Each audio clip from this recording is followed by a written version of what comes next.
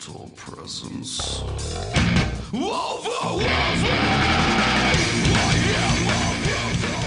All right, it is Wednesday. It is noonish. It is time for the Life Radio Show. I'm your host, Don Smith. Welcome aboard for another whatever the heck it is we do here. I'm in studio. I have no actual guests today, but I do have a guest co-host. The magnificent Ed John. What up? Is in the studio with me. I'm gonna magnificent. Is that not a good description? Ed? That is. I actually have magic tricks. Okay. Also. All right. Are they radio friendly or? Yes. They are. Okay. Good. Radio friendly magic with the magnificent Ed John. So we were talking before the break. You have watched the Evil Dead movies. A long time ago. I am a big fan. I love the original Evil Dead. Evil Dead 2, of course, by far my favorite. Okay. Army of Darkness was okay. I did watch Army of Darkness. Army of Darkness was okay. I think they went a little too campy with that to where it was less horror movie than it was just comedy, goofball. Okay. I think that's the case for all of them that I've seen, though. There's a lot of them. The first one was a little more horror. I think they were trying to go more horror with that one. Evil Dead 2 got kind of campy, but that was... I think the reason I liked Evil Dead 2 is because I think I was 9 years old when I first saw that. Are you serious? Yes. I was a kid when I first saw that, and my oldest brother, who was I think he was 17, I think he was like 16, 17 at the time, was telling me that you don't want to watch this. This movie will freak you out. And he was telling me how much it freaked him out the first time he saw it. And I was like, no, heck with that. I want to watch this, especially now. And there I am, like 9, 10 years old. I thought it was hysterical. I mean, I guess I was just a twisted kid, but I thought it was hilarious. And so ever since then, I've been a fan of the movies. Okay.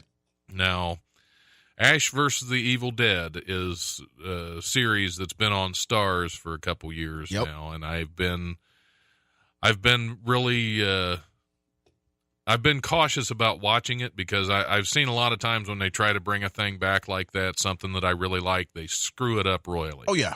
So I've been really cautious about watching that, and I haven't. Well, I started this past weekend. I started watching some of the episodes, and I have to say they're fantastic. That just the right amount of cheesy campiness that you expect from a Bruce Campbell production. A Bruce Campbell anything. Yeah.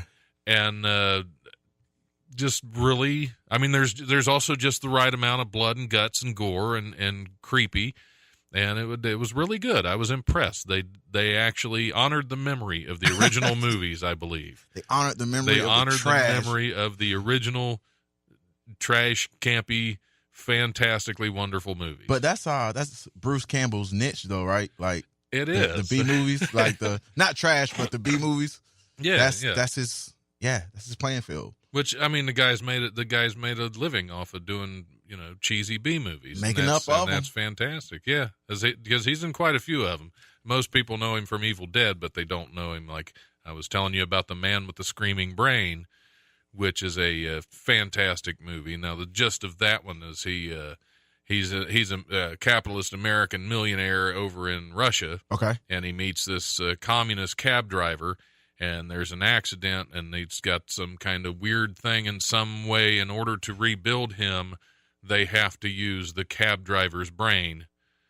So now he has both brains, one capitalist, one communist, in his head. So, of course, being Bruce Campbell, he actually gets in a lot of fights with himself, which is another thing he does very well. A B movie. A B movie. That's a B plot. Exactly. That's a B plot. It is. It's absolutely terrible and hilarious at the same time. It's a B plot. Yes. He reminds me a lot of Nick Cage.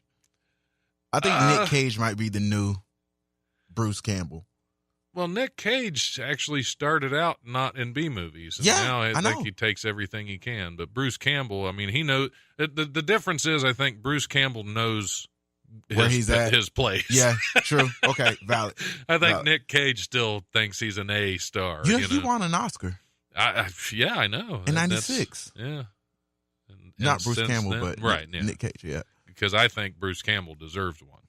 Are you serious? Well, instead of Oscar, it's like a B movie. Okay, B-movie. yeah. Be like Yeah, an B-level. Edgar or something. I don't know. A Henry. A Henry. Yeah. Give him a Hank.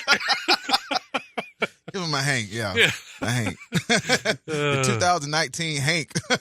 Actually, Goes to- if we're going to go with B movie awards for acting, they should just be called Bruceys. Fantastic. Yep, you're up for a Brucey award. Oh, that's hilarious. That Yeah. sounds good Yeah. to me because It's like a Razzie. They have like Razzies, right? Yeah, Like for the yeah, MTV. they do. Yeah, so they have the B movie awards already. Yeah. They got that covered. There should be a Bruce Campbell level because there is no better known B movie actor. That's a fact. I'll agree with that. I have to agree with that. Yeah. Well, there you go. There we have We've it. settled it then. It is done. Now, speaking of movies, you got to have a line in a movie over the past Black weekend. Mamba? Can I say Black Mamba? Yeah, The Black absolutely. Mamba? What's the full name? Black Mamba, right? Black Mamba. It was Black Black Mamba Rising. I think it's still just. I think it's just Black Mamba. Yeah. now. Thank you for the connection. Meeting the cast and crew was amazing. So, yeah. Who's the director? What's the name? William Lee. William. Yeah, he's a cool dude. He seems kind of like very experienced too.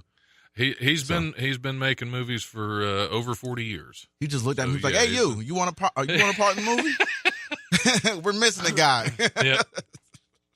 So you got to have your car stolen and I did. scream profanity about where your car is. I did in the Oregon district. In the Oregon district. Yep. Location's important. Yep. No. Exactly. Well, no film permits. You know, there's permission to use the club that I gave him, but it's always fun. It's guerrilla filmmaking. I'm excited for the private screening, man. Yeah. I'm excited. I can get my tux, red carpet. I'm excited. Yeah, absolutely. You let me know where I gotta be. You're hoping for a Brucey. Yeah. Let me know where I gotta be, who I need to talk to, and I'll have my people clear my calendar. Out. We will figure that all out because usually there is a cast party and a viewing before it goes. So am I official cast? I don't want to call it a viewing. It's a screening. It's a private screening. It's a private screening. Yeah. There usually is one. Can't invite public to it because usually his films typically get out on Redbox. So I'll be on Redbox. So you'll be out in Redbox. What's my credit gonna be? Is it gonna be like random dude or? Yeah, probably dude with car stolen or something. I don't know. Maybe it just because I don't know. I need a credit when I'm going on stage. You may have seen him. Right.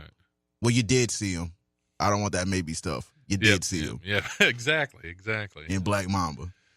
Because of course everybody's going to see it. They have to, man. It's publicity. We got to put it out there. The 6 Feet Below Hell still available in Redbox. It's been out since last June. How's the sales doing? They must be doing okay. They're keeping them there. We're at all about 350 views. No, I'd say it's a lot more than that. Okay. I mean, if they're going to keep it out in Redbox that long, it has to still be renting. Yeah, true. I mean, they wouldn't keep it in there just to take up space because there's other things they could put there. You said this was like what, like film number like 15 for you, 16? For me, yeah, I think it's 14 or 15. Yeah, so you're a pro, man. You're a pro. I'm up for a Brucey. Up for a Brucey. There you go. And you have the radio show. Man, look, so much potential. Yeah, I know, and absolutely nothing happening. The sky's the limit. Keep going. Yeah, there you go. Keep going. Eventually, I'll get back on stage and do comedy again. Keep going. Just so skip the comedy and keep going. Just keep going. Whatever you're doing, just keep going. I will do that, Ed. I will do that. Hashtag keep going. I appreciate that. Hashtag kneecaps. Hashtag keep going.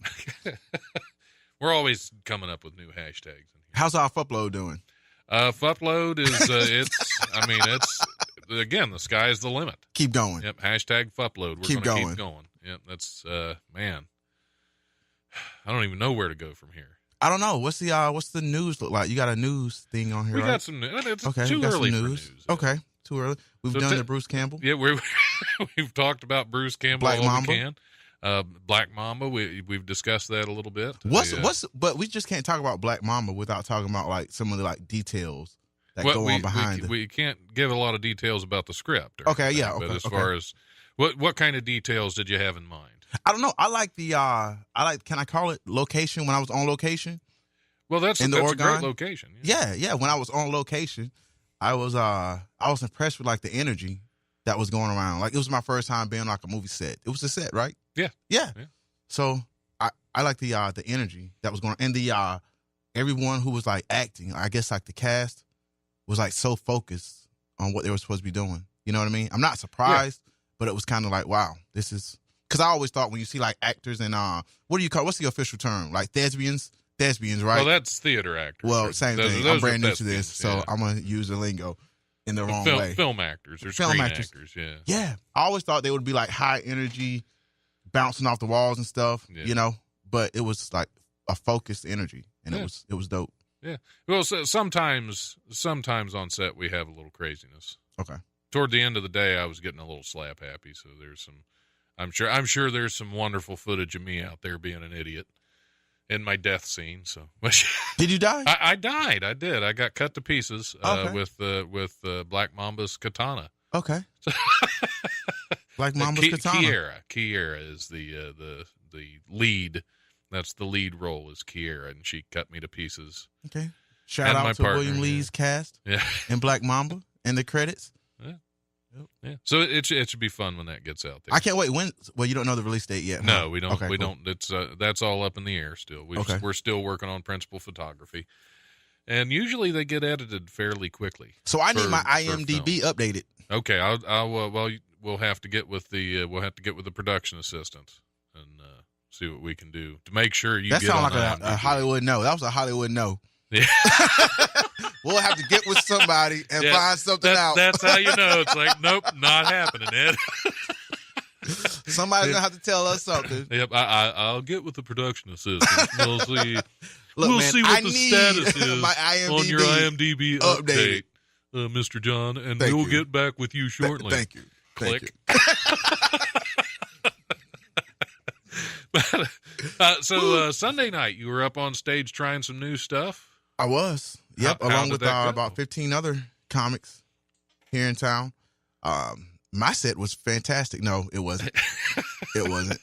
It was. I don't believe it was. Nah, there was one bright spot, and the rest of it was like doing working. So it was a fun time though. Sunday comics is always fun.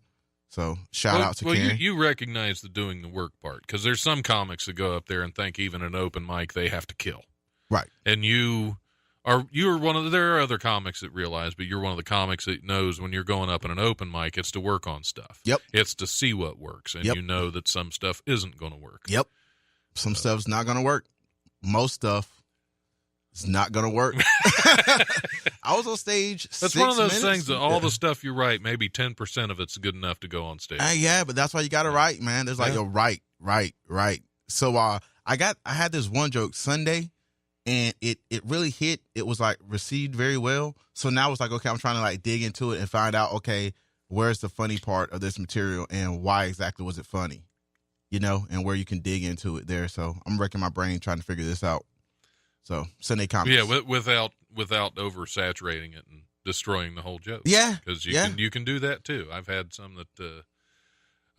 that went really well, and then I tried to dig into them, tried it again with the extra stuff, and it just fell flat as can be. Yeah.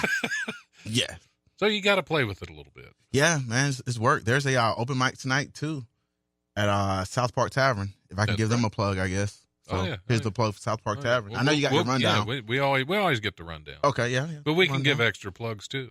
True. Because I'm hoping a couple weeks. This next week's going to be the last week of the Life Radio show. Going live at this time. We're still going to try to do a rebroadcast at this time, but we're actually taking the live show after next week. We're going to take the live show to Tuesdays from 7 to 9 p.m. Okay. Because I'm going to be back on a day shift position. Congratulations. And I appreciate that. And I might be able to get out and do some of these mics through the week. Actually, my goal through the summer, I'm not taking a summer class. My goal through the summer is I want to get on stage minimum 1 or 2 times per week. Okay. Preferably 2. Okay. But, you know, of course, being a married man, sometimes I have to pay attention to other areas of my life if I want to stay a married man. I feel like you can't say minimum 1 time a week. Yeah, because that's like, that's absolutely no, it's not. There's a lower number than 1. I guess, but you can't get on stage 0 times. I've been doing the minimum for some time now, Ed. But not getting on stage doesn't count as getting on stage the minimum number of times. That's true. But I want to start hitting more, and I'd like to do 2 a week. It's a lot of mics. I mean, you got the rundown here, but it's a lot of mics, man. But yeah, we gotta keep grinding, keep getting on. You were on stage like a month ago, 3 weeks ago? Yeah, and you had a good one. You had a good 6 minutes, 7 minutes. Yeah, I did. It was a 10-minute set, so I appreciate that. You're welcome. Keep going. Hey, actually, in comedy, 60 to 70% is pretty good. Yeah, yeah. So I take that as a compliment. Yep. But no, it's I was up April. I think I was up 4 or 5 times. Okay, which is the most I'd done in quite some time. Got to keep going. Was it April or March? March, I think. I don't know. I can't remember. Yeah, I think it was March. So it was March. But yep. Yeah, it's all about at the Cry for Help stage time, and I did 2 sets at the Cry for Help, and which there's another one of those coming up the end of this month, I think. Yep. So, like shout out Keith Irvin just told me he's going to be on it. So Keith and who else? Yeah. Comedy ain't easy. Hashtag. Yep. Hashtag comedy ain't easy. Yep. That's it's a good show to watch on DATV. I'm just throwing out plugs all day. You're just today. plugging. I'm just plugging everything. Yeah, Ed's here to plug. We couldn't get a guest to come on with you, so you'll just plug everything. I got my sheet of paper with all my hashtag you want me to plug, so here we go. Yeah, go right ahead. Ahead. Do some plugging, Ed. I'm gonna skip right past. Yeah, I'm gonna skip right past that comment. Okay. Yep. All right. Should we do the comedy rundown? Let's do the comedy rundown. The comedy rundown. Let me cue up a song. Let me guess. Potter's Field. I know that's what you want, but I hey, I got my Apple Music ready for some Potter's Field. I think we can play the do, Potter's Field, man. I know you got Potter's Field. I'm gonna cue up some Mr. Stone King, because I haven't played Mr. Stone King in a while, so I'll. Next time around is going to be Potter's Field, definitely. But this time, after the rundown, we're going to do Mr. Stone King, A Question of Faith. But first, rundown. First we'll do the comedy rundown. What's going on, guys? It's Mike, and it's time for the weekly comedy rundown brought to you by Wiley's Comedy Joint in Dayton, Ohio. This weekend, comedian Bill Squire pitches a triple header at Wiley's Comedy Club. Friday, he'll be performing at 8 o'clock p.m., and Saturday, he'll be performing twice at 7:15 p.m. and at 9:30 p.m. Tickets to all 3 shows are $10 a piece. And Sunday, just like always, it's Wiley's Sunday Comics, the very best in local comedy hitting the stage at 8 o'clock p.m. Tickets are only $5. That'll do it for this week. For more information, make sure you guys go to www.wileyscomedy.com.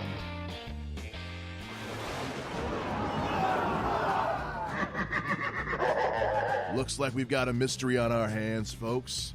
Mike Shea, along with Eventide Entertainment and the Neon Movie Theater, will be premiering his newest short film, Monarch, a neo-noir detective mystery set right here in the Gem City, Dayton, Ohio.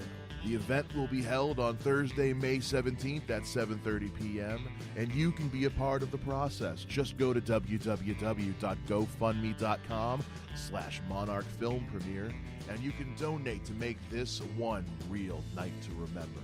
Lots of rewards and gifts for those who donate, including free tickets, concessions, posters, and movie downloads. Tickets are only $5 and can be picked up at the Neon box office. Mark your calendars for May 17th. It's a night with the detective, and you don't want to miss it. Pointed sticks? Oh, we want to learn how to defend ourselves against pointed sticks, do we? Getting all iron mighty, eh? Fresh fruit not good enough for you, eh? Oh. Well, I'll tell you something, my lad. When you're all walking home tonight and some homicidal maniac comes after you with a bunch of Logan-Breeze, don't come crying to me. All right, we're back on the live radio show. Had to play a little Potter's Field in there as well, just because Ed seemed sad that I wasn't. Thank you. So we were talking a little bit about closing jokes. Because that is something that I've struggled with, is finding a good closer. You have to my sets. I appreciate that, Ed. And I have. Yeah. I know I have. We all do. Yeah. Yeah. Yeah. Same here. Yeah. And you were saying there was some good advice from. Yeah. I got some advice from one of my comedy mentors. Shout out Nate Washington. But he was like, he told me, he was like, every joke you tell, you need to be able to make that your closer, and that's when you know that you're writing well. Right. Is like if you're on stage and your mind goes blank, you don't know where to go, you don't know what joke to tell. At least you know whatever comes out your mouth is worthy of being a closer, and that's how you need to write. So that's good advice. Yeah. So that's. Have you blanked on stage? Have you? Oh yeah. That's fun, isn't it? Oh yeah. Blank all the time. Blank all the time. That's always fun. Now, how do you handle that? Well, here's what I try to do now. Now, after every joke, what I do is I'll pause for a couple seconds, like two seconds. I'll pause because if at the end of a joke, there should be laughter going on. If you did your job right, hoping. There should be laughter. That's right? the idea behind them. But if there's no laughter and your mind goes blank, the crowd's already used to you pausing that 1 or 2 seconds anyway. So they're just like, oh, he's doing what he does. This is his delivery. When actually, I'm thinking like, where am I supposed to be going? Because when I first started out, because I've like 3 times I've brought notes on stage with me, and every time it has been disastrous because I've worried more about my notes than what's in my head. Yep. So I try not to ever bring notes on stage. But what I used to do is when I'd go blank on stage, is I'd just try to talk through it. Okay. And I realized after recording my set several times that I look like an idiot when I'm trying to talk through a blank spot in my head. Yeah. And the best thing to do for me, and what I've tried to do lately, is just stop for a second, because 2 or 3 seconds of silence when you're on stage feels like a lot longer than it does when you're in the audience. Oh, yeah. So you still have to control that urge to try to talk and say nonsense until you find where you're going. You have to try to control that and just be silent for a few seconds to try to remember what you were going to do next. And you know why that is? It's because a lot of people, like on TV shows and movies, you never hear people be quiet. You never hear a dead silence. It's always, the conversation's always ongoing. Also, being on the radio, can't really have a lot of silence. True. We kind of have to spill it all the time, which that was another tricky part for me being on stage. When I'd go blank, I'd be like, okay, we can't have silence. Yep. So it's a matter of getting past that mentality to know that you can have, 3, 4, 5 seconds of silence until you remember where you're going next. Yep. It's sometimes you need that. And it is a lot better. I think it's a lot better to do that than to just talk about random crap. Right.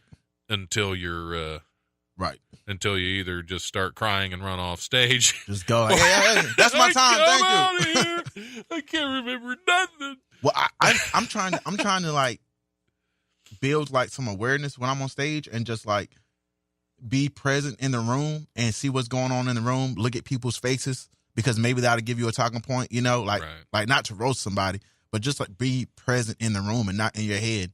Because I think people can tell when you're trying to think and when you're just being in the room like with them. You know what I mean? Yeah. So that's something I need to work on too. Because that's how you would handle hecklers and stuff like that. Is you have to be present. You have to. Yep. And I'm not good at that part. Yep. But you don't get a lot of hecklers? I don't get a lot of hecklers. Yeah, I've had a handful, but never, never anything major. Okay. I think the last one, there was a show I did it was up in Sydney, I think, and we had everybody set. Everybody that went up, this lady tried talking to him, and she did not talk through my set. She started to, and I just pointed at her and I was like, you're cool, and I went on. I didn't acknowledge because everybody else acknowledged and kind of brought her in, so she didn't stop. Yeah, and I think part of it, I kind of didn't bring her in. I shut her out and just moved on, so she shut up and listened. That can work sometimes, I think. Yeah. Not always, but I guess I've been lucky enough to never have like a heckler, so let's keep that going. Yeah, you're on a good streak then. Keep that going. Now I had I've heard comments when I was like the first time I ever did the chapter. Oh yeah. And amidst the silence, I heard one, this is awful. Yeah. Which That that makes you feel real good. That's what I keep learning though. Like it's like in this, like doing stand up, is that people, man. Sometimes people just want to give their opinions on your opinion. Yeah. And I'm like, not the time. I have a microphone in my hand and it's attached to an amplification system. Yeah. That means people want me to talk, right? Not you, right? Yeah. And some people just feel like, especially when they've had a few drinks, people love to put their opinions out there. Yeah, true. See, I always want to get. I want to get to the point where I can handle a heckler like what Hofstetter. If you've ever seen any of his, murder. That is amazing soon, right? to me. He is. I believe he's going to be at Wiley's next Thursday. Yeah, and I'm going to be out of town, and I'm going to be so ticked that I got to miss it. Yeah, I'll have to work.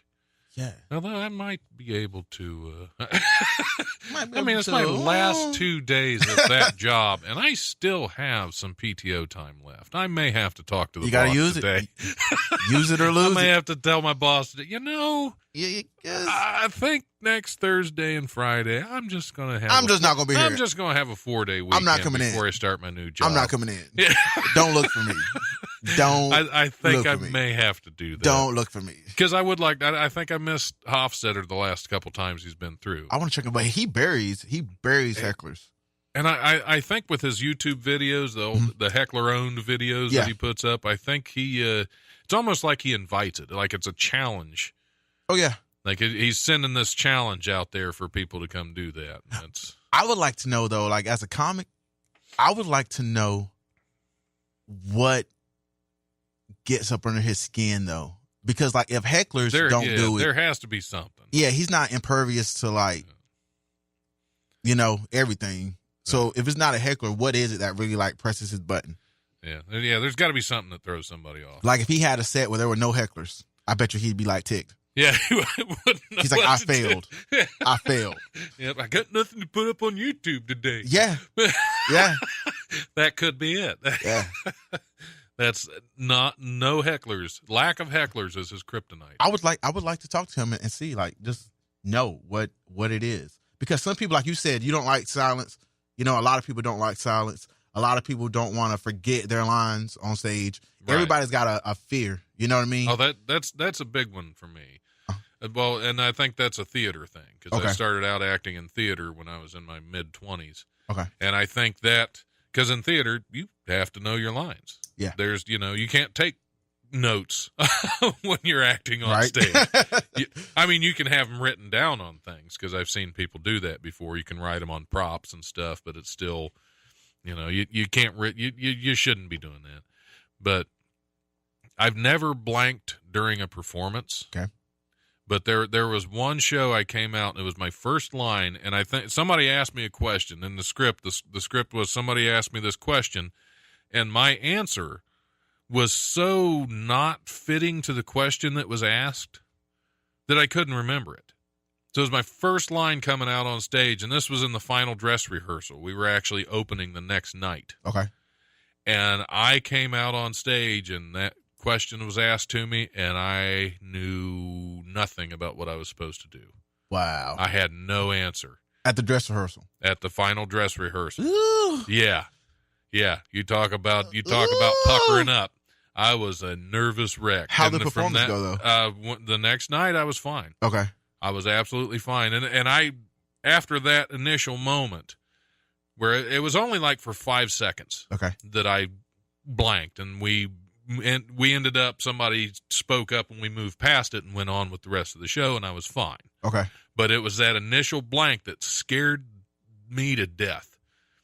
And from that point on, every time I've gone to do a show, when I did theater, every time I'd get to the theater an hour early, and I would read through the entire script every night. That is how much that scared me, that's going to happen with a live audience in there. I don't even look at like whatever material I'm going to do. I don't even look at it like the day of an event. Like I don't even look at it. And maybe that's something I'll change, but I don't even look, because all I'm like now, if I do like an open mic, if I went on stage more often, I could do that. Okay. I'd have it all committed to memory. Yep. But I don't go up often enough to where I have to write my set out word for word and commit it to memory. I mean, a lot of it changes. A lot of it changes before I go up. A lot of it changes while I'm on stage, but I still have that fully written out set. That's the basis of it. Okay, yep. Because I'll actually find things that are funnier throughout the couple days that I'm prepping. Okay. Because I'll have that written out 3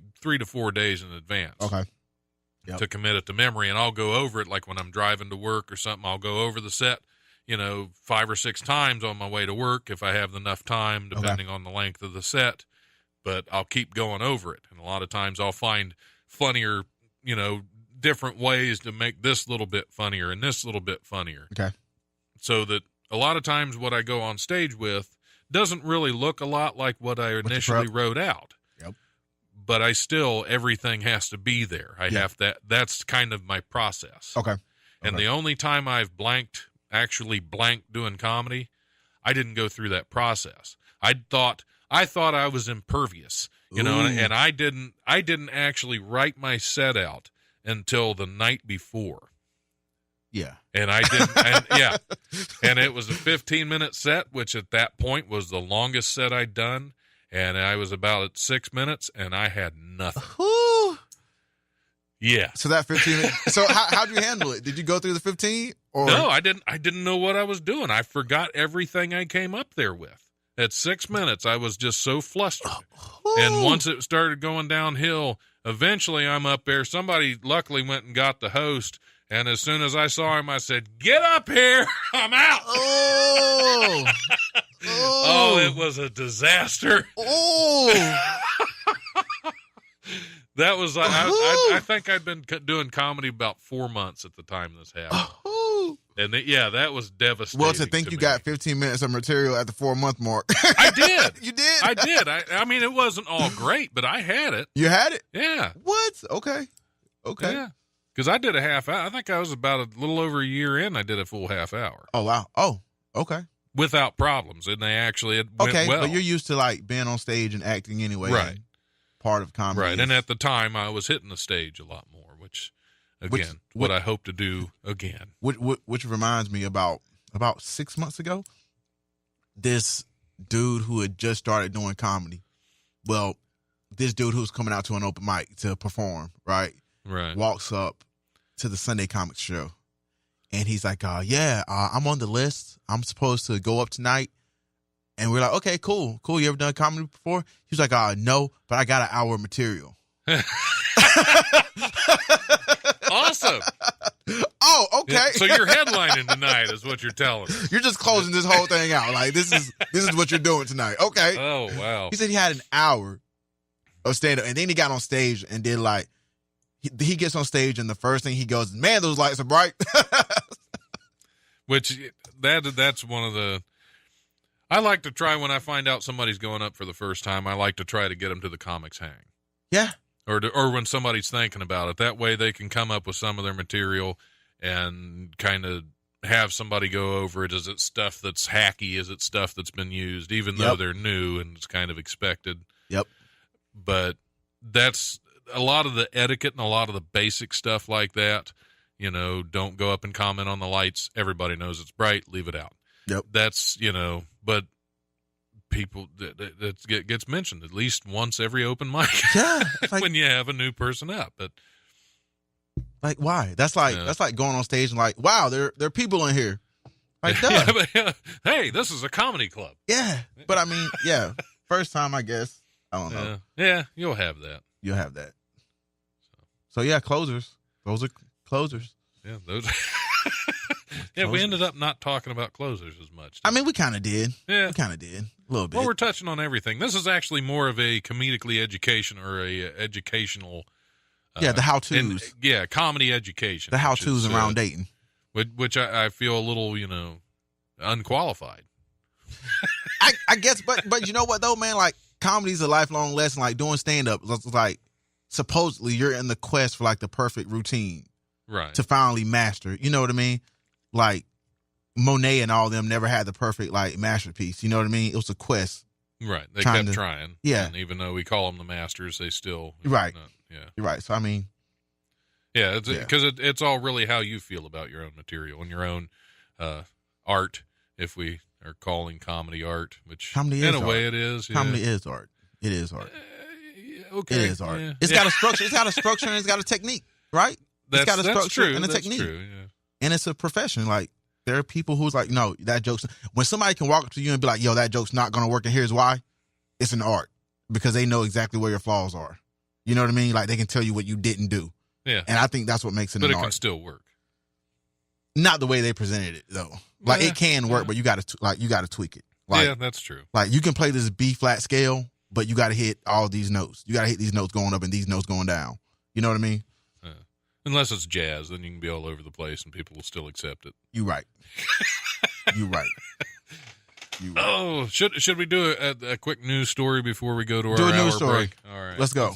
Let's see what we got. A hamburger intentionally topped with a tarantula is attracting Say that customers. again? A hamburger intentionally topped with a tarantula is attracting customers to a restaurant in Durham, North Carolina. North Carolina? North Carolina. I'm from North Carolina. Yep. Bull City Burger and Brewery is currently celebrating Exotic Meat Month by featuring burgers made with everything from alligator to iguana, python, bison, turtle, and insect. This is a white people store, right? It must be. This is a white people store. But go ahead. Continue. But it's the tarantula challenge that has customers going buggy, according to local station WRAL. Yep. For $30, customers get a 100% North Carolina pasture-raised beef burger topped with a Gruyere cheese, chili sauce, and an oven-roasted tarantula. And if they finish their plate, they get a T-shirt to immortalize the eight-legged feat, according to Bull City's website. However, the restaurant purchased only 18 zebra tarantulas, so anyone wanting to chow down on one of these arachnids has to win a tarantula raffle first. Who had the bright idea? We're going to put a tarantula on a burger, and it's going to kill. Yeah. That's what I'm talking about, Don. That's why we got kids swallowing Tide Pods. Because their parents are swallowing tarantulas. I'm hungry, yeah. And that's, I can eat this, Mom. You ate a tarantula. Yeah, that's what was it? I was watching a new thing that they're doing now. I can't even remember. Who's killing tarantulas so delicately that they can go put them on burgers? Right. Like you shoot a tarantula. Right. Yeah. Exactly. You squash squish it. Yeah. You don't go. Well, there's no tarantula lethal injection. Right. And if there is, would you want to eat it afterwards? Right. Because you're going to. Yeah. So do they bake them live? And does the baking process burn the hair off of them? Because that doesn't. If you're going to eat a tarantula, eat all of it. Exactly. Eat all of it. Like, don't let it go to waste. Eat all of it. Yeah. Those 18? They bought 18 zebra tarantulas. How much of those burgers again? You said $30? $30. Yeah, the tarantula's got to be about $30. Yeah, that's got to be. Yeah, that's got to be the largest portion. Because it's got to be like a delicacy, right? That's probably what they consider. That's in some countries, a tarantula is probably a delicacy. I guess, and in North Carolina. So you didn't even know that. I told you, this is a white person establishment. No black-owned restaurants will be like, all right, we got black widows in our iced tea. This is what we doing around here. We got black widows. That sounds great. We got black widows. Bring that up to them. Yeah, we got black widows. Black widows in the iced tea. That's. I mean, if you're going to have a tarantula in a burger, yeah, on a burger. See, I wonder if because tarantulas have fangs, they have to pull them out, or that's going to get stuck in somebody's jaw, or there's going to be a lawsuit. You're not winning that case. My client found a tarantula in their burger. It was supposed to be. That's probably how the whole thing started. You cannot.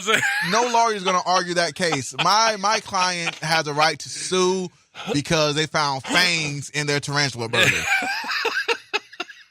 I promise you.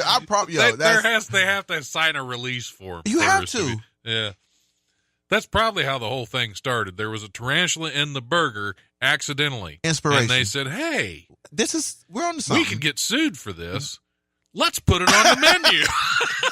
So they know. Can't sue if they knew what they were ordering. And so there's a cook who has to touch a tarantula every time one of these burgers is ordered. I'd imagine so. Fortunately, there's only 18 times they can do it. Unless it's popular enough, they put in another and it's order gonna be for popular. Tarantulas. It's going to be popular. It's going to catch on. It probably will be because there are really stupid people out there that want to eat a tarantula. Wow. Wow.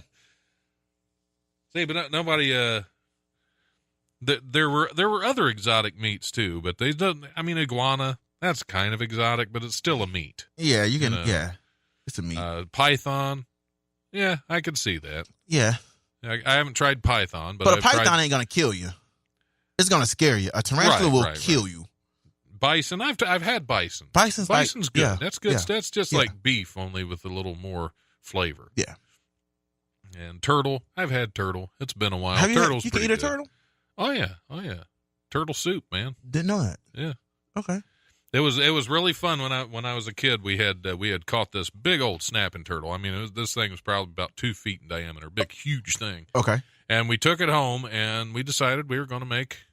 I think I was like 8 or 9 years old. Okay. And we decided, Dad wanted turtle soup. We were going to cook this turtle. So, of course, you got to kill it. Yep. So we took it out front, had it bite down on a stick, pulled its neck out, and chopped it off. Okay. Well, you ever see a chicken with its head cut off running around? No. Yeah, turtles do that too. Okay. So you never seen a chicken no. get slaughtered too? Because you basically pop their heads off and they will run around. Okay, like nerves. Because it's just all. Yeah, it's all nerves. Either that or they're just running around trying to find their head. Well, a turtle will do the same thing. Okay. And we had a neighbor that swore this turtle was coming after him, even though it didn't have a head. Yeah. It was running right toward him, and I've never seen a grown man freak out like this. I would freak out. This guy was probably 40 years old at the time, and he was just, I thought he was going to have a heart attack in the front lawn because this turtle was chasing him. And yes, front lawn, chopped the turtle's head off to make soup. Wow. Okay. Yeah. Okay. But it was delicious. Okay. I can't. In my mind, I'm like, okay, because you got to get the turtle out the shell, right? Right. So that's a process. Oh yeah. It's a process. Yeah. So I think we saved the shell too. We shellacked it and had it hanging on the wall somewhere. Okay. Because nothing makes you feel more human, right, than to slay a turtle. Well, they make great helmets. Okay. Yeah. How old was this turtle? This turtle was probably like 100 years old. Oh yeah. And somebody wanted soup, and it was like a century of life. Yeah. But a tarantula, dude. A tarantula, like, I can get the turtle. It's like, okay, it's a turtle, but I don't want to eat anything that scares me. Right. And turtles aren't really scary. Even snappers. I mean, they could take a finger off, but right. But a tarantula. I don't get that. On a burger. So it's like I'm gonna put a spider on a cow, and I'm gonna eat. Yeah. Not enough meat. Well, not enough meat. They also put that Gruyere cheese on there, which doesn't even sound Gruyere, which doesn't even sound good either. No, it doesn't. No. So they put some weird French cheese on there, and then a zebra tarantula. I'd eat a power of fire ants. What kind of condiments go with tarantula burger anyway? Tarantula burgers. Let's see. There have to be a lot of ketchup on there. A lot of hot sauce on there. A lot of hot sauce on your tarantula. Yeah. Mayo might work. Mayo with the tarantula. Well, you did say it was bound to be at a white establishment. Yeah. So there's going to be mayo. Miracle Whip. There's definitely going to be mayo. Some tartar sauce. Yeah. With your tarantula. I hope everybody who eats that burger dies. They're going to choke on either a leg or get stuck. And it's going to be some teenagers. Yeah. Some teenagers going to go in there and they're going to be like, "Yo, I want the spider burger," and they're going to eat it. And I hope they die. Somebody will. There'll be a lawsuit somewhere over the tarantula burger. If there's not already. If a court hears that case, they should die too. You're just waiting for everybody to die. They're eating spiders. Yeah, that's kind of. But they're tarantulas, so they're not really. They're not poisonous, so they're tarantulas aren't poisonous. No, tarantulas. I don't think so. I think they're just big and mean. They have fangs. They have fangs. Anything that has fangs injects something. Anything. Yeah, because they inject something. That's the purpose for a fang, right? Like a snake. Oh yeah. Look at that biology class kicking in. Huh? Biology class kicking in. Look at that. Yep. You studied Fang 101. Fang 101. Yeah.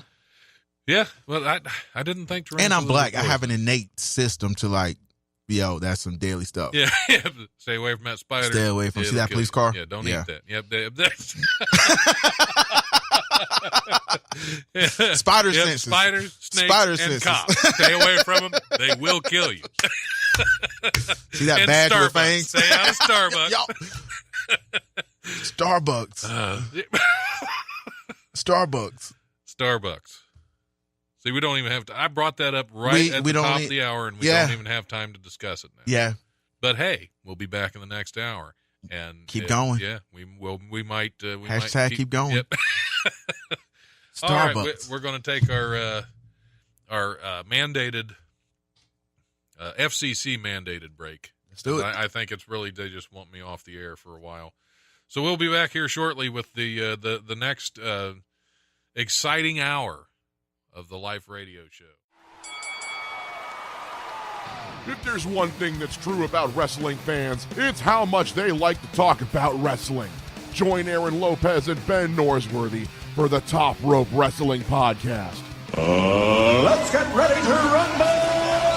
Tune in every episode and be ringside as these two break down all of the big matches in the world of professional wrestling. Brought to you by Eventide Entertainment. There's a reason they call them lazy Sundays. There's nothing better than sitting around and enjoying the comforts of a good book. But what book should that be? Well, every Sunday, Eventide brings you The Bookseller, hosted by Jessica Gillen. Each week, Jessica breaks down a different book and tells you everything you need to know before cracking it open and getting lost in a whole new world.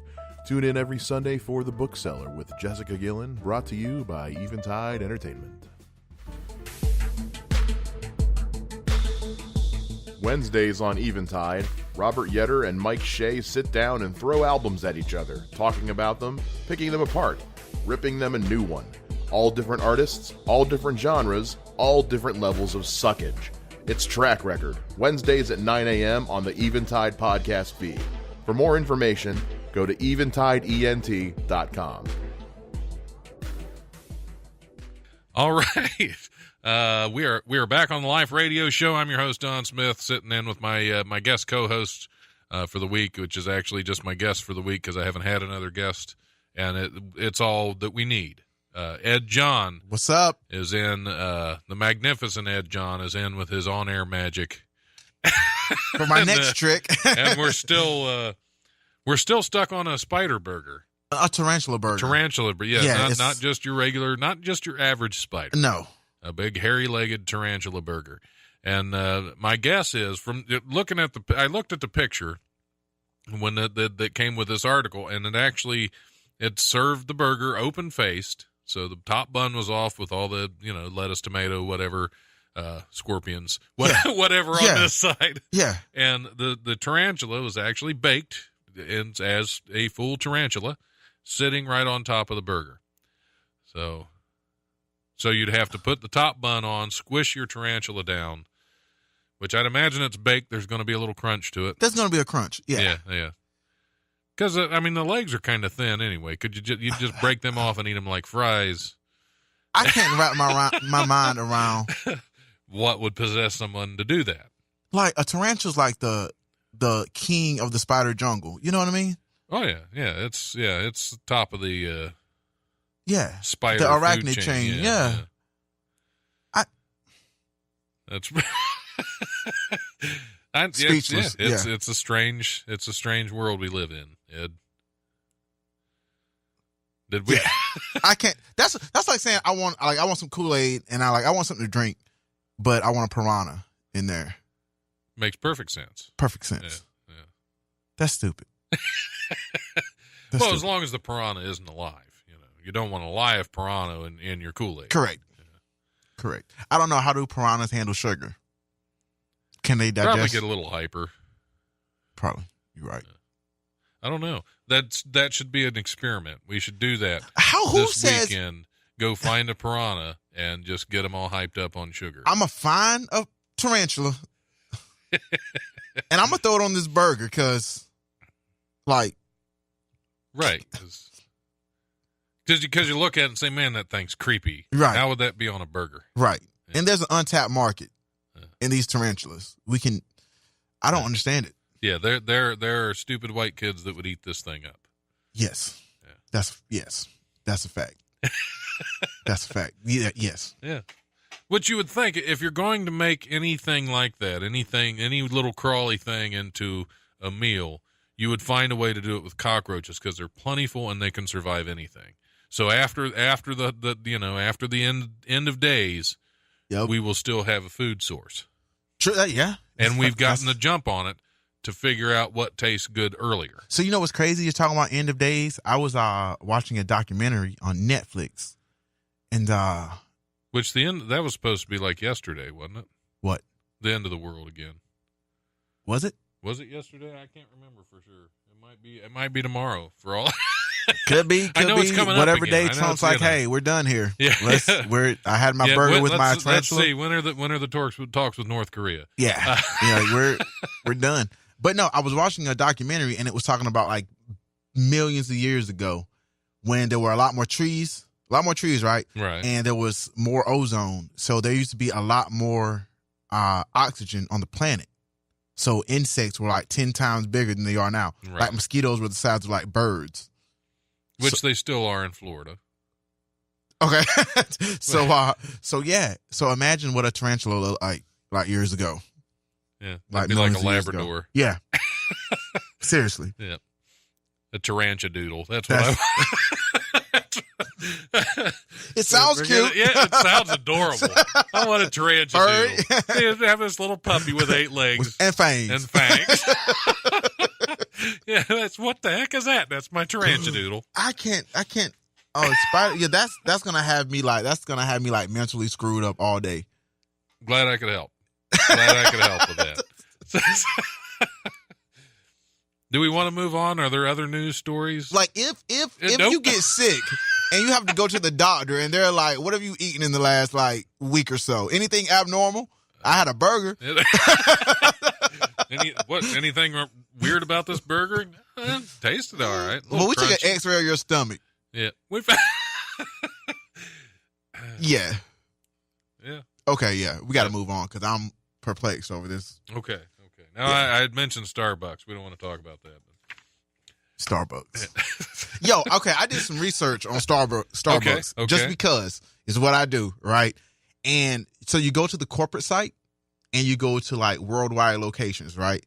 So you can find stores anywhere in the world. I think I saw your post. You saw my post on that? Where you're going. Yeah. Yep. Yeah. It does not surprise me. Yeah. Honestly. They got like 5 Starbucks on the continent of Africa. Which is a very large continent. Second largest continent. Yeah. Second largest continent in the world, right?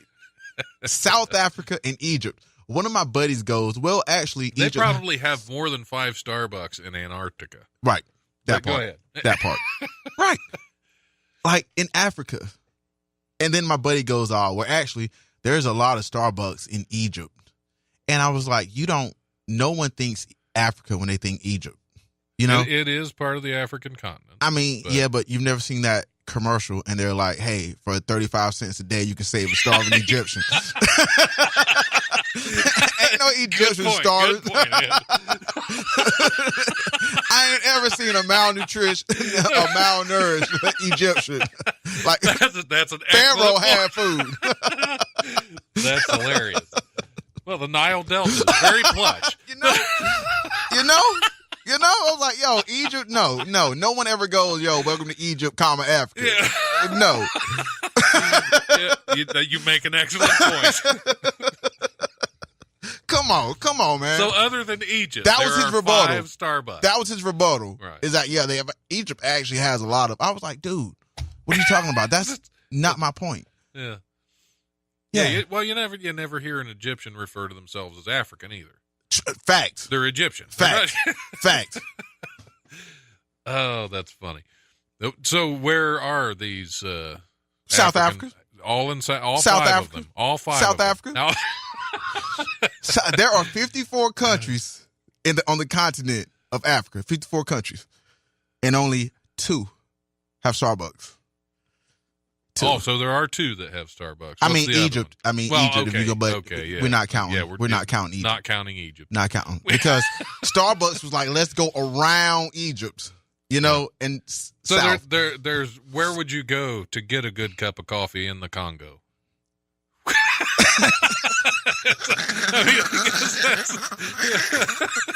Drums. Hey, coffee. Yeah. Oh, that's funny. Mocha. I want to do it. See, you're making a commercial for a Starbucks in the Congo, the Republic of Mocha caca, mocha caca. Yeah. So that's Starbucks in Africa. I need to write a note down. Starbucks in Africa. So they're all in South Africa, which is Yep. Yeah. Yep. Yeah, which is Yep. We know about South Africa. So yeah, that's crazy. Which is actually more like South Netherlands or yeah. Well, it's a colony. It's a British colony still, right? I don't think it was a Brit. I think it was Dutch. Okay, Dutch colony. Okay, because they're Boers. Okay, the Dutch South African. Okay, that makes sense. Yeah, that makes sense. But yeah, he said Egypt. I was like, okay, dude, we're stretching. Yeah, we're stretching. That's Middle East. We're that's stretching. Not Africa. Right. That's No, and that's what on their corporate website. That's what they have it labeled as Middle East. And so even Starbucks doesn't recognize Egypt as a part of Africa. Right. Yeah. Right. And that's on the corporate website. So I don't care what they say. I don't care what the CEO says. His website says a totally different thing. But yeah. I'm just bored one day and I was looking at the Starbucks corporate website. Yeah, let's see if this let's see how racist they really let's are. dig into it. Let's dig into it. Strategically on a let's dig into it. Because we had gotten into a discussion about that, and the people sitting in which is the manager called the police on two black men. Were sitting because they were waiting on someone and hadn't ordered, and somebody had the rebuttal. Well, they were sitting there and didn't order. It's like, well, when you go to a restaurant and you're waiting for someone else to show up, do you go ahead and eat while you're waiting? Great point, no, Don. You sit and wait to order. Great point.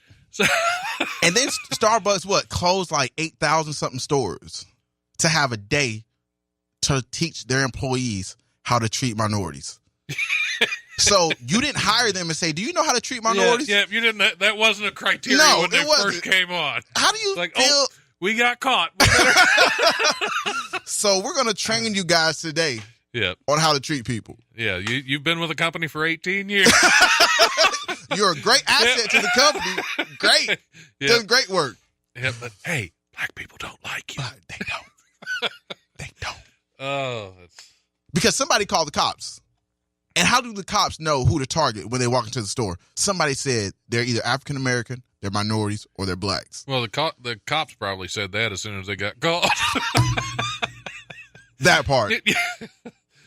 Sad but true, though. Sad but true.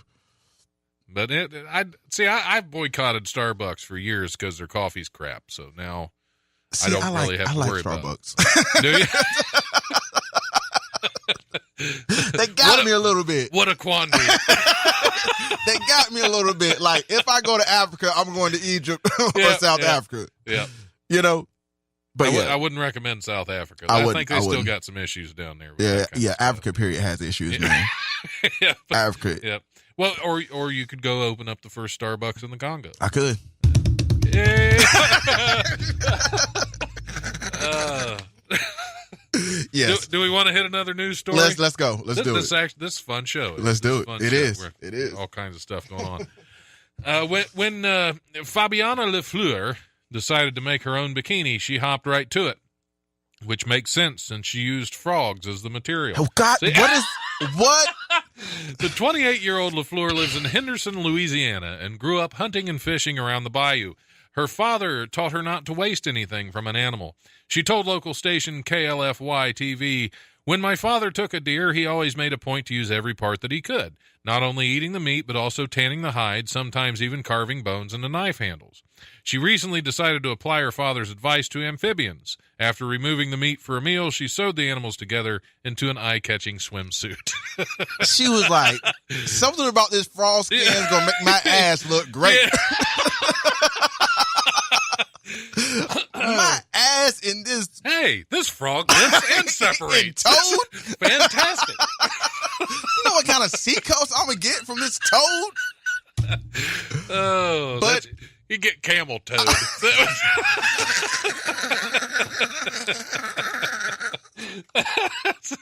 Yeah, What kind of material? Yeah. Wow, that's slick. Would she move I've through never the water felt anything faster? like this. Yeah. So it was a frog and not a toad? Because It was a frog. Yes, okay, it was a frog. But I kind of agree with what she's talking about though, because like you use all the animals, so it's not right. waste. You should. So the circle of life that kind of continues. Of all things, a bikini made of frog.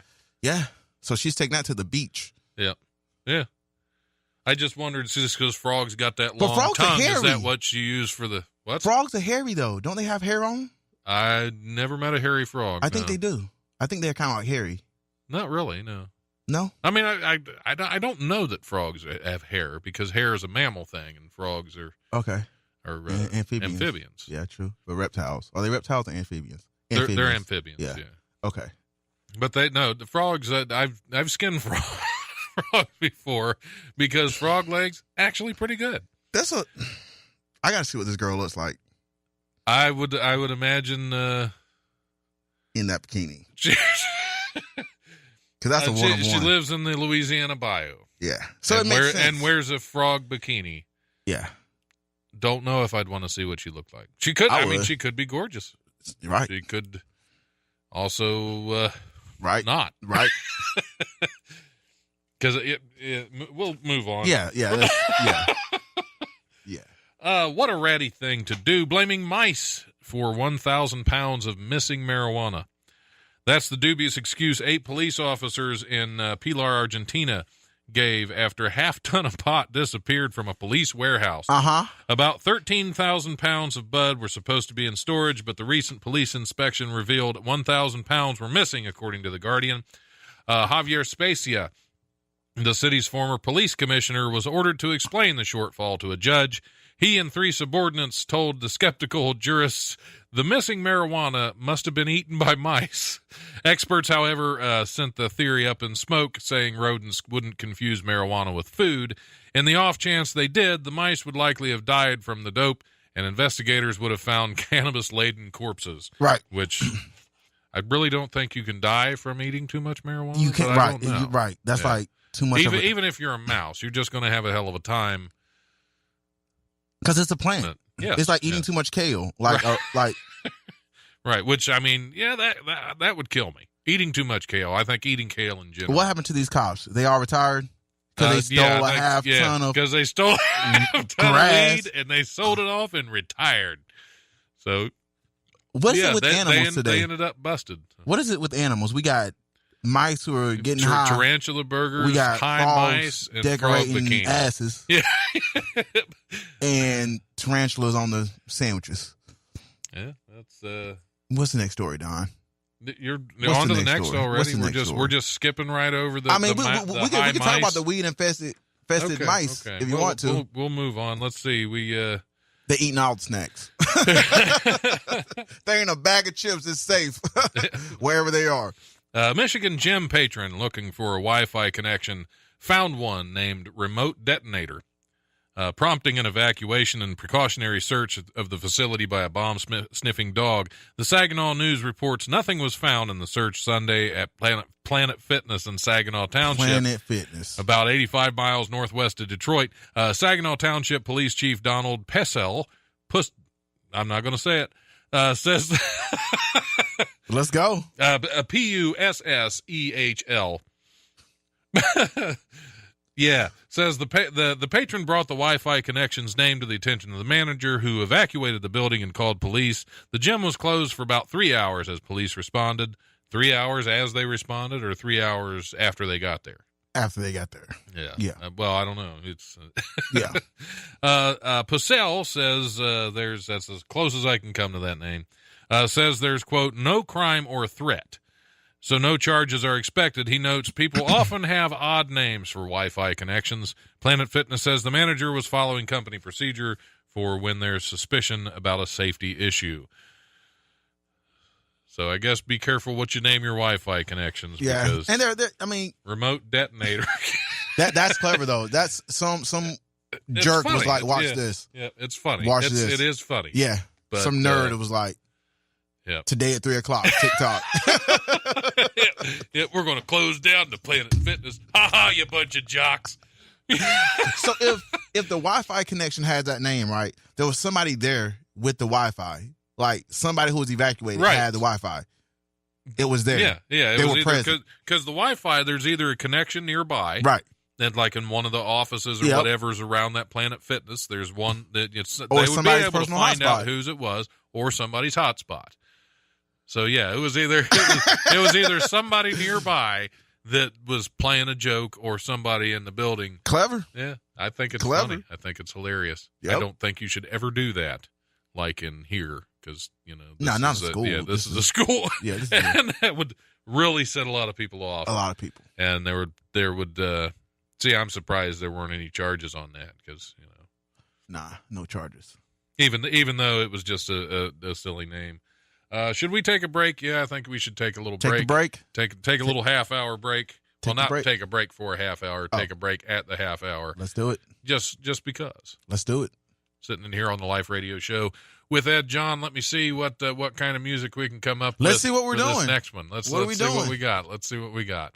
How about the look on your face? How about a little Potter's Field? I haven't heard Potter's Field in a while, man. Let's do it. All right. We will be back here shortly. Be sure to stay tuned. Hey guys, Mike Shea here. In 2017, my father passed away after a year-long battle with FLT3 leukemia, a rare and aggressive form of blood cancer. But he wasn't alone. Every 3 minutes, someone in the U.S. is diagnosed with a form of blood cancer. And despite all the medical progress of the modern age, more than a third of blood cancer patients still don't survive 5 years after their diagnosis. You can help end the suffering by donating to the Leukemia and Lymphoma Society. They are the leading edge of cures for all forms of blood cancer. They provide free, highly specialized information, education, and support. In 2015, they provided over $41.8 million to patients in the U.S. To donate, simply go to facebook.com/Mike Shea Comedy and click the Learn More button. Every little bit helps. For more information, go to www.lls.org.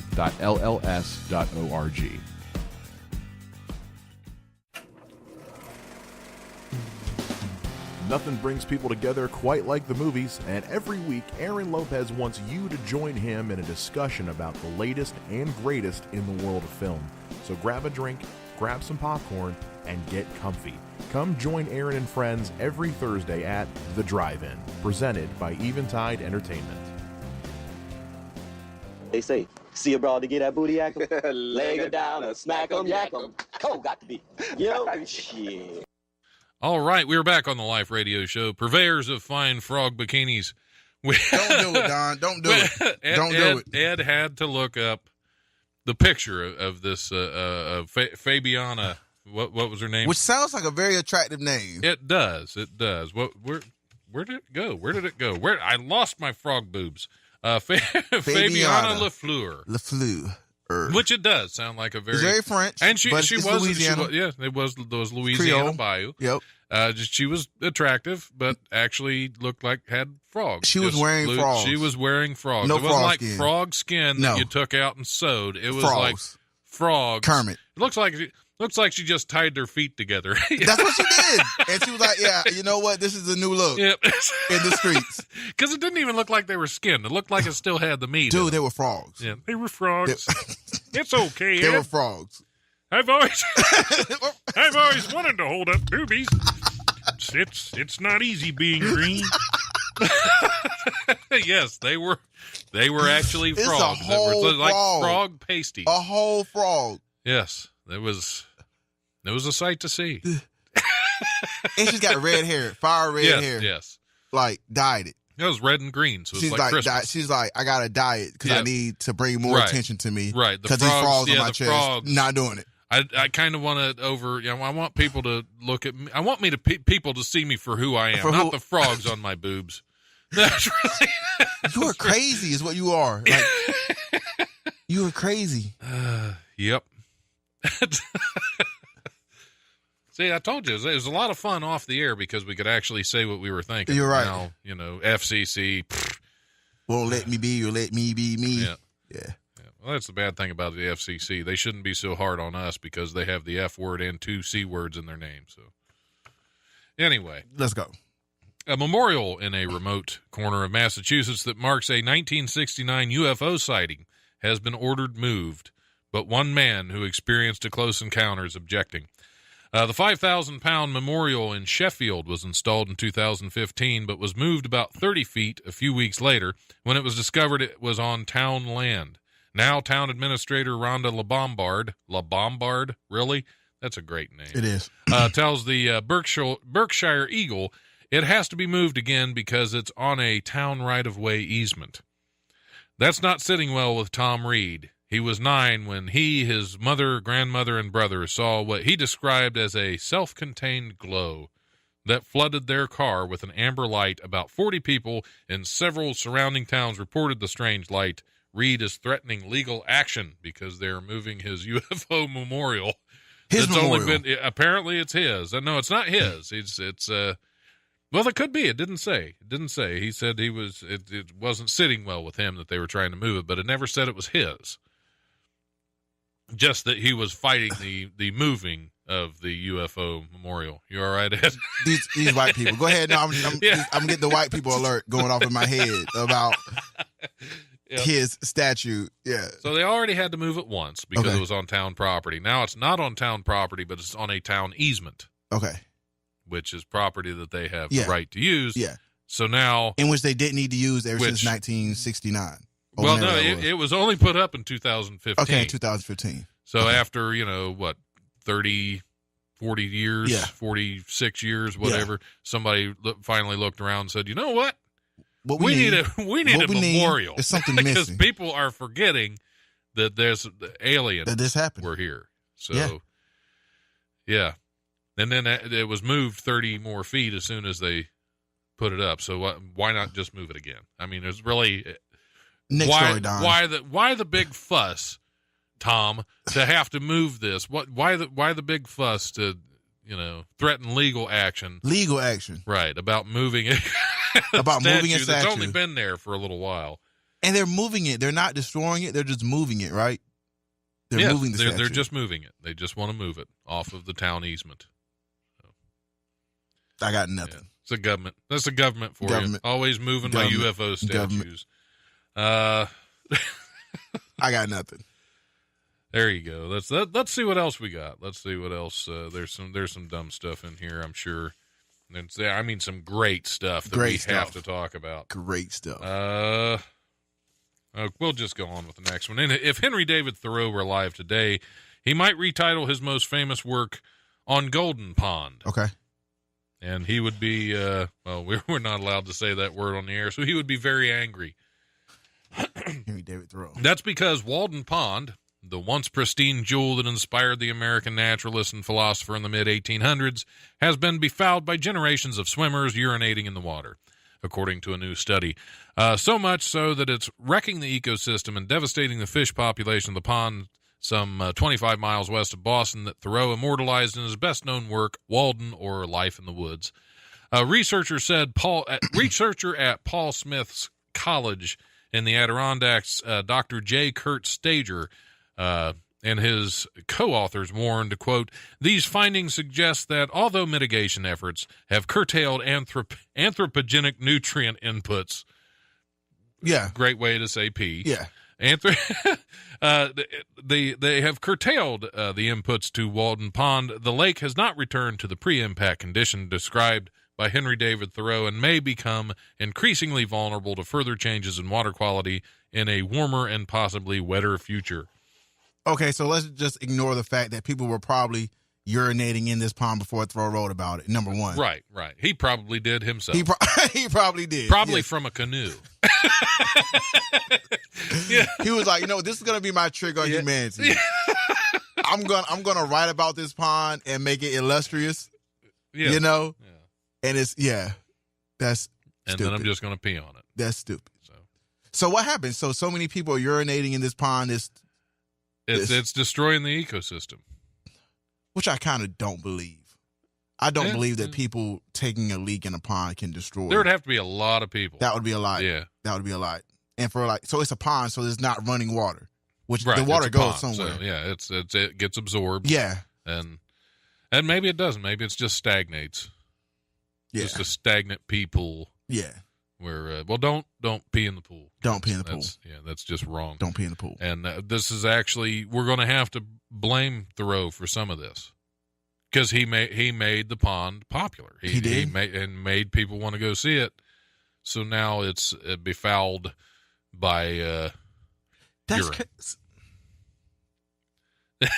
These stories getting to me, Don. They're getting weirder and weirder. They are, aren't they? Yeah, they are. Is that a white person problem, peeing in the pool? Is that, I mean, okay, I don't want to take it there. I don't want to take it there, but it is. Okay, That's okay. a I white didn't. person Yeah. Hey, at least it wasn't a spider on a burger this time. So Yeah. or frog boobs. Where are all these stories coming from the same source? No, I look around. Okay.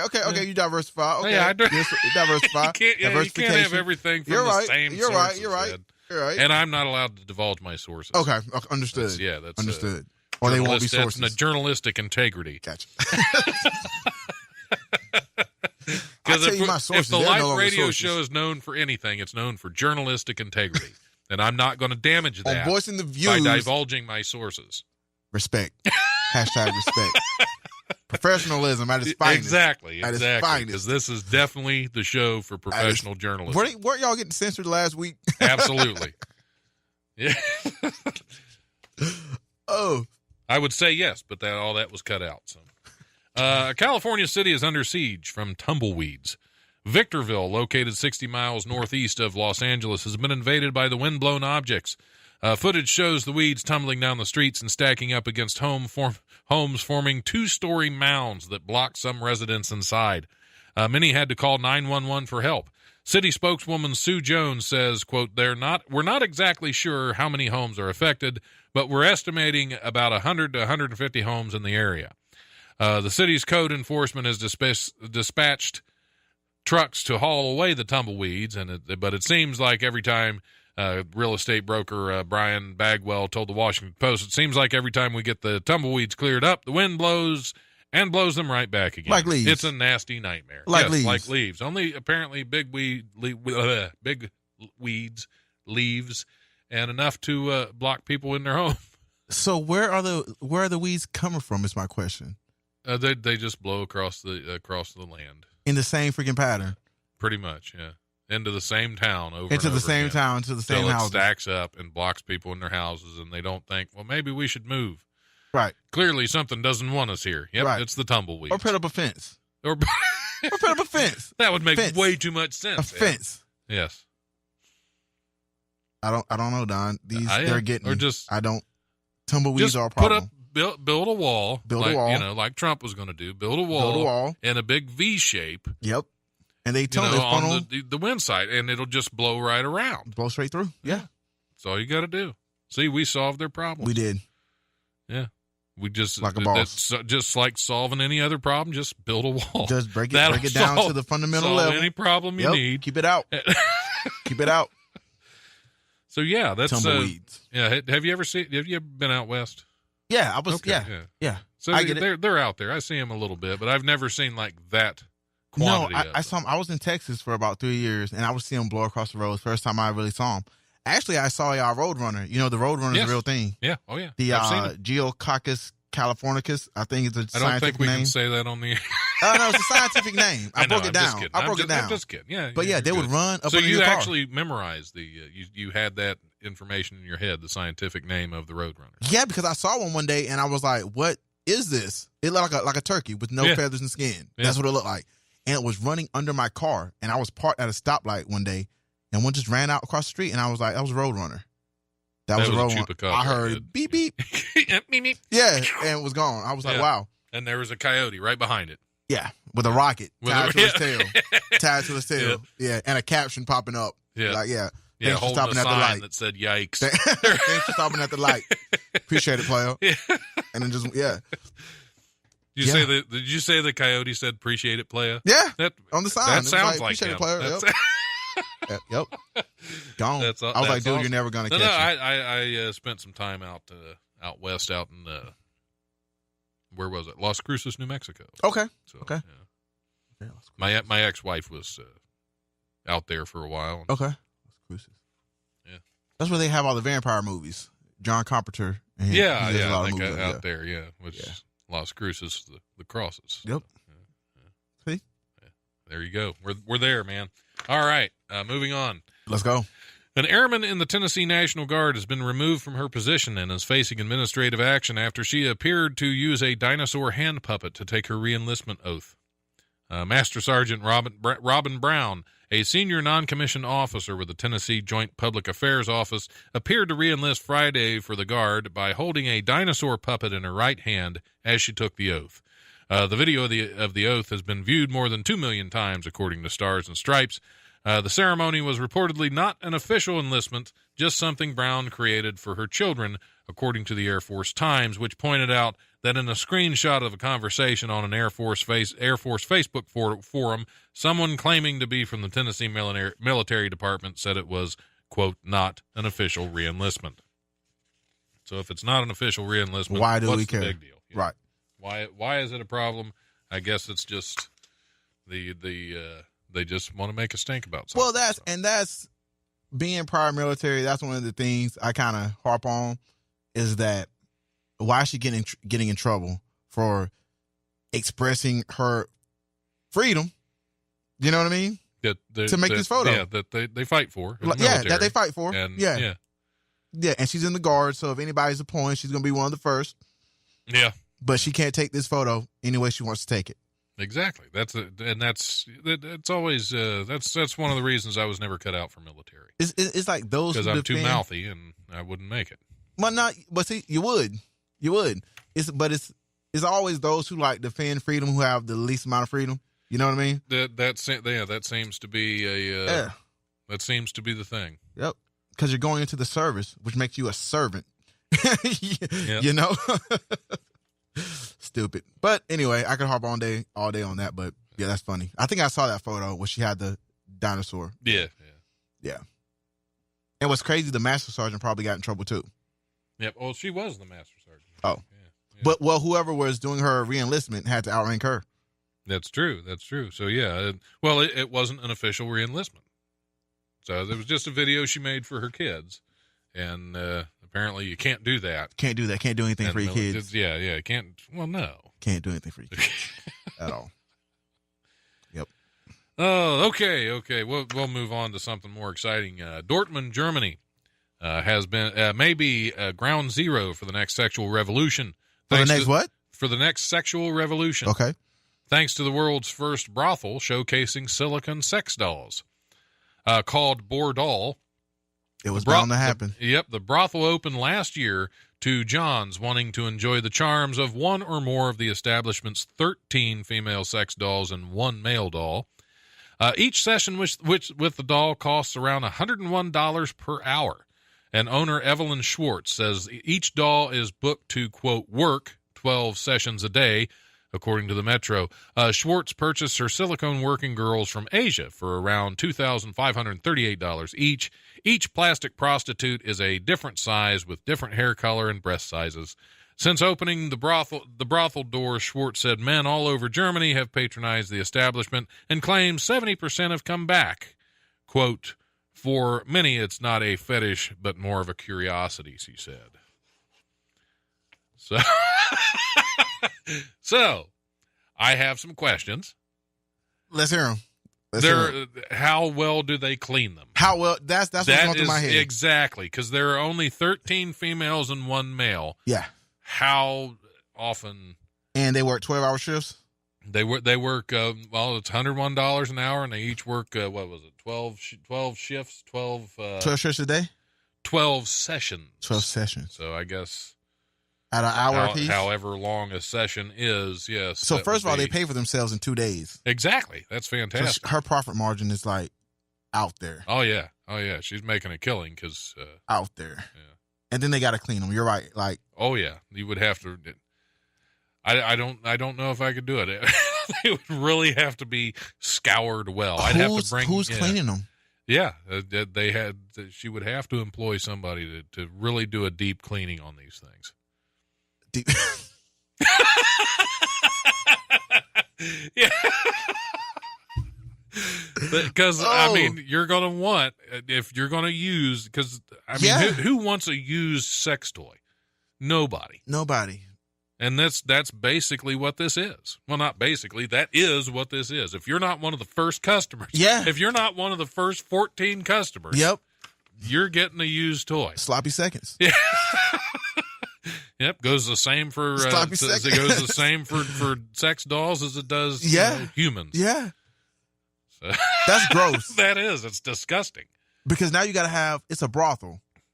So, well, I mean, but Germany is more like lax on some of the like entertainment issues though. But well, I mean, technically it's not prostitution. No. You're just using the same toy. It's like you're using the same toy over and over again. Right. And she's running a business, so she's probably right. Yeah, it's like opening a gym. But you know, I mean, you don't have to. I mean, nobody cleans their equipment there either, which is disgusting. But it's like gross. That's gross. It's like opening a gym because you just have equipment in there that people pay money to go in and use. So that's if that's prostitution, then so is my gym membership. Yeah, but you're talking in a gym. You're talking about the only like fluids like being exchanged or like sweat. You're hoping. But when you go to this brothel, you know. Oh yeah, you know for sure that there's some That's gross. So yeah, let's hope gross. they clean their equipment better than they do at the gym. But that's the downside to the sex robots though. Like they can't clean themselves. Like a human being can clean themselves. Hopefully, you know what I mean. But and these aren't even robots. What are they? So they're just dolls. Yeah. $2,500 for a sex doll. That that's. Yeah. Yep. Say it, Ed. You know you wanna. This is weird, dude. This is, and people are paying. Oh yeah, absolutely. They're $101 an hour. Wow. That's I guess because it's legal. They can't call it prostitution. You can't. But what are you doing with a sex doll for an hour? Talking about your feelings. An hour. No, yeah. I'd imagine that's the. Does anybody go in for an hour? Right. Mean, that's because it's not like you. Yeah. Right. I don't know. Can Speechless. I got nothing. Is it rent to own? Is you get? Yeah, that's the next thing. Is rent to own sex dolls. That's robots. The robots, I think, would go there. The robots. Yeah, the robots. That would be a little different. But it's disgusting. It's still disgusting because somebody's got to clean it. Who's cleaning the robot? Right. They got to have like self-cleaning mechanisms, though. Yeah, but how would that work? I'm not the scientist. Yeah. It's not like a self-cleaning oven. You turn it up and it just bakes everything out. Why not? Because in the oven, just a pile of electronics. Silicone, it would probably just melt. Well, I mean, in the oven, but at the when you break it all down, an oven is just like a bunch of wires and metal, right? Yeah. That cleans itself. So see, silicone. I want to see on her business reports and her financial statements how she depreciates them.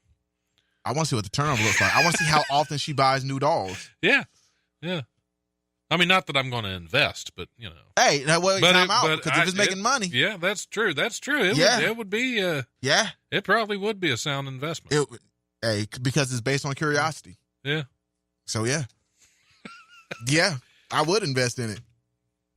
Yeah. All right. Well, that's going to be the next thing. There we go. The Life Radio Show sex dolls. That's going to be. They're going to offer to You my should bring one guests in. $101 an hour. You should bring one in. Yeah.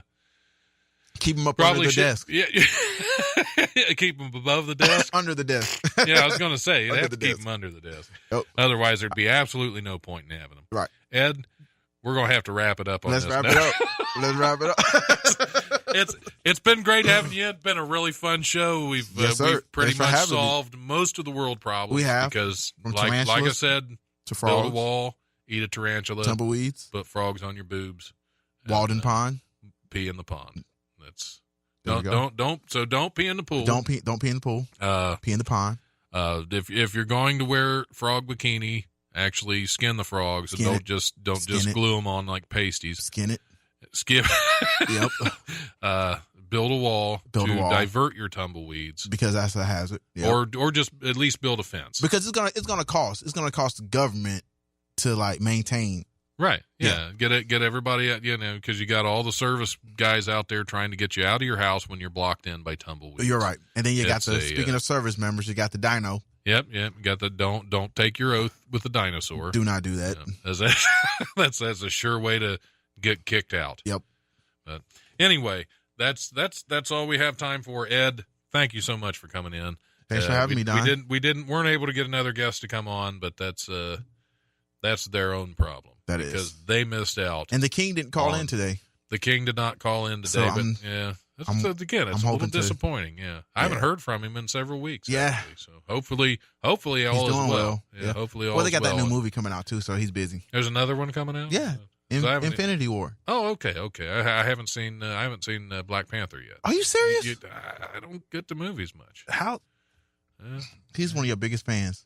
I know, and I feel bad. I will have to buy the movie as soon as it's available. The Blu-ray, get it on Blu-ray, pre-order. Well, I don't have a Blu-ray player, because I'm cheap. And I gift it to somebody. You can be a gift. Oh, okay. So buy it and give it away. Yeah. Okay. I'm a fan. So. Okay, well, I'll keep that in mind. Keep it in mind. That's how Hollywood knows. Thanks for listening in. I hope we all learned something today, because I know I sure didn't. And we will see you guys next week.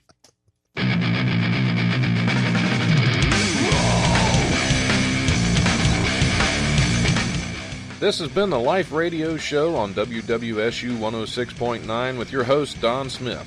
The Life is also available in podcast form on iTunes, PodBean, Stitcher, Spreaker, Blueberry, and YouTube, as well as on Eventide Entertainment's podcast network. Be sure to like the Life Radio Show on Facebook, and if you have any comments or suggestions, email thelife1069@gmail.com. Thanks for listening. Now get out there and enjoy some live comedy this week. You can check out wileyscomedy.com for all your upcoming shows.